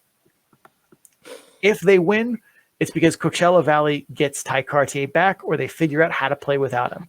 The AHL's Rookie of the Year made his NHL debut on Wednesday and scored his first career NHL goal, which is great for him and bad for Coachella Valley. Third on the team in points, 57 in 72 games, 2 goals in the series against Tucson. He is a player who makes his line mates better. And I don't know that there are other players in their depth who have the same impact as Ty Cartier. I loved the sign that I saw in Game 3 that was Ty Cartier. Yay! Very well played, Coachella Valley.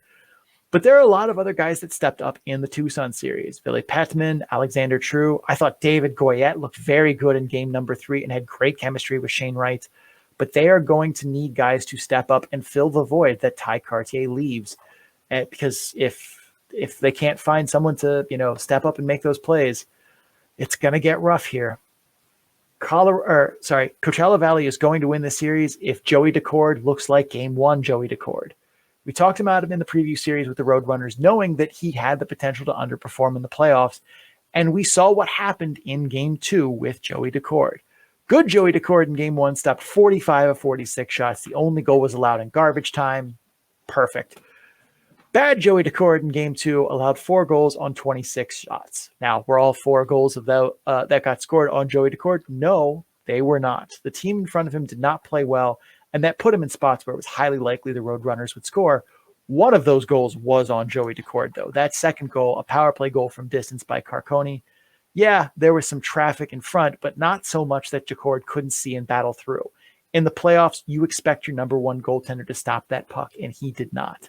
And normally, 1 bad goal against isn't the end of the world, but this is not normal times. These are the playoffs, and your team lost by 1. That bad goal suddenly matters a lot, and that was against a team you greatly overpowered. That will not be the case going forward. You can get away with not being on top of your game 100% of the time in a series with Tucson, but he's going to need to be Joey Decord from Game 1. Chris Drieger is up with the Kraken right now, so if Decord falters, all they have is Christopher Gibson, who put up 299 goals against average and 894 save percentage in 20 games played in the regular season, which is to say they have a goalie they can put in relief of a game that's in garbage time, but not someone they can start for a playoff game and feel good about it. Sarah, how did the Eagles get here? What do they need to do to win? So the Eagles got here by beating Ontario in a sweep in 2 games in the first round. In the regular season, they were 40-32. That was 6th in the AHL. Over their last 10 games, they're 7-3. Their net power play is 16.6%, good for 17th in the AHL in the regular season. In the playoffs, they are 66.7%. The net penalty kill is 83.7% in the regular season, 15th in the AHL. In the playoffs, 100. Good job. If Colorado wins this series, it's because they won the special teams battle. They absolutely crushed Ontario with special teams.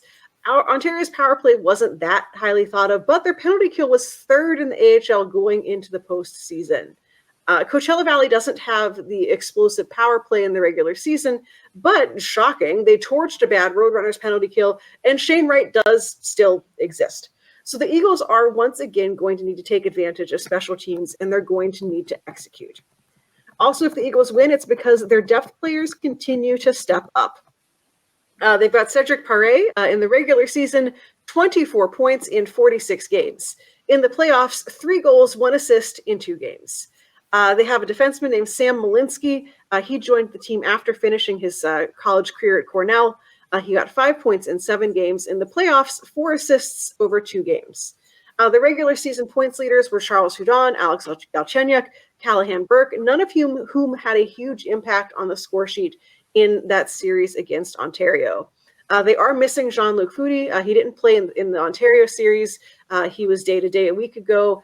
Did not play game 1 of the series as well here. So if the top guys are hurt, they're not contributing, or if Coachella Valley is shutting them down, then those depth players are going to need to continue their strong play. Our X factor in this series here is the NHL, the Avalanche Kraken series.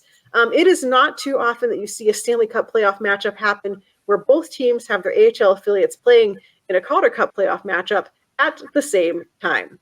The Avs Kraken series is currently tied at 2.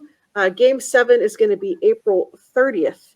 And so April 30th of this series, the AHL series, is going to be Game 3, which means one side should get some reinforcements for Game 4, assuming that there's not a sweep. So which side is that? Is there any injuries in the NHL series? All of that is going to weigh very heavily on what happens here. It is pure chaos, and the thumb is going to be on the scale here in a big, big way, depending on what happens in that Avalanche Kraken series. Yeah, this is certainly this is probably not the first time this has ever happened in AHL history, but since we started this podcast in January of 2021, this has not happened. But there have also been a lack of playoffs. So, but still, let's get down to it. Brass tacks. I feel like I'm picking 2 series here, as the NHL one is going to have a direct effect here. I think the Avalanche win that series, so that has me going Coachella Valley here. The idea of Jesper Frodin parachuting in swings it for me. That's a big piece to get back. So I'm going to take Coachella Valley here. Sarah, what say you? So I don't necessarily think this is going to be an easy out for them, but I do think Coachella Valley lives to fight another day, aka lives to fight the Coachella Valley Calgary showdown that we've basically all been waiting for. I think Colorado makes this a fun series. I don't think it's going to be quick, but I ultimately don't think Colorado pulls off the win here. So I am also going with the Firebirds. The model has Coachella Valley as a 54.2% favorite in the series, but at the same time, the model is only basing that off of the players that are in these teams right now. I'm looking forward to seeing all of the freaking out when the Kraken Avs series is over, and all of a sudden there's just this massive shift on one side where it's Coachella Valley was up 2-1 and was a 65-75% favorite to win the series, and then suddenly it dropped to 58%. What? Yeah. So that's the way the model works, guys. Sorry, I don't have anything to do with that. I have lots to do with that, but that's the only way you can really program it. All right, Sarah. Any closing thoughts on the round 2 preview we have going on here? I think the AHL needs to consult us about their scheduling. That's all I've got. One more day. That's all One more day. One more day. And it's just the Pacific Division. I don't understand. All right. Sarah, take us out. That is it for the show today. Thank you so much for watching and or listening to the show. The Calder Farmstead is a part of the Full Press Radio Network. You can listen to this and several other great hockey, sports, and sports entertainment programs all at www.fullpresscoverage.com. Just click the podcast drop-down menu in the top right portion of the website and enjoy. And if you guys are enjoying the Calder Farmstead, please make sure you subscribe so you get episodes in a timely fashion. Also, if you're listening on Apple, Spotify, or Amazon, that's a place people listen, Amazon Music, I guess. Please rate and review the podcast. Or if you're watching on YouTube, like the video, comment what you thought of the episode. Doing so helps other people find the show, as more comments, more engagement, more reviews rockets you to the top of the search for, AHL podcast. But your reviews also help us improve it. If you follow, you can also follow the show on social media at Calder Farmstead on Twitter, at the Calder Farmstead on Instagram and Facebook. Links to all of that and more can be found on our Linktree page, which is linktr.ee/the Calder Farmstead. Big thanks to Adrian Drake, who made our theme music. You can find him on social media at AD_dysfunction. That's AD_DYSFUNCTION. So he can make music for you too. Sarah, where can the people find you? Well, my name is Sarah Avampato. You can find me representing Full Press Hockey on Twitter at Right Said Sarah. That's WRITE, said Sarah with an H. You can check out my writing at Full Press Hockey, where I talk about the Ontario Reign, or at Canes Country, where I talk about the Chicago Wolves. Sean, where can people find you? I'm Sean O'Brien. You can find me on Twitter at Sean O'Brien81. That's SeanObrien81. I'm also on Instagram at Sean O'Brien _81. Twitter, much more active for me. Both are personal accounts. My Twitter is pretty much not about hockey ever, although all of my hockey jersey collection is on there as a story that's saved. So that's fun. You can see the ridiculous amount of money I've spent on that. My Twitter is personal, but still mostly hockey things, but occasionally a movie take or something like that. You can find all of my stats work on Tableau. That's the money puck graph, the other graphs that will eventually get updated for the playoffs once, everyone's played playoff games that's in the playoffs. You can find all of that at bit.ly/data-dump-and-chase, all lowercase, all one word. Thank you guys so much for tuning into the show. For Sarah Avampato, I am Sean O'Brien. Please dump and chase responsibly.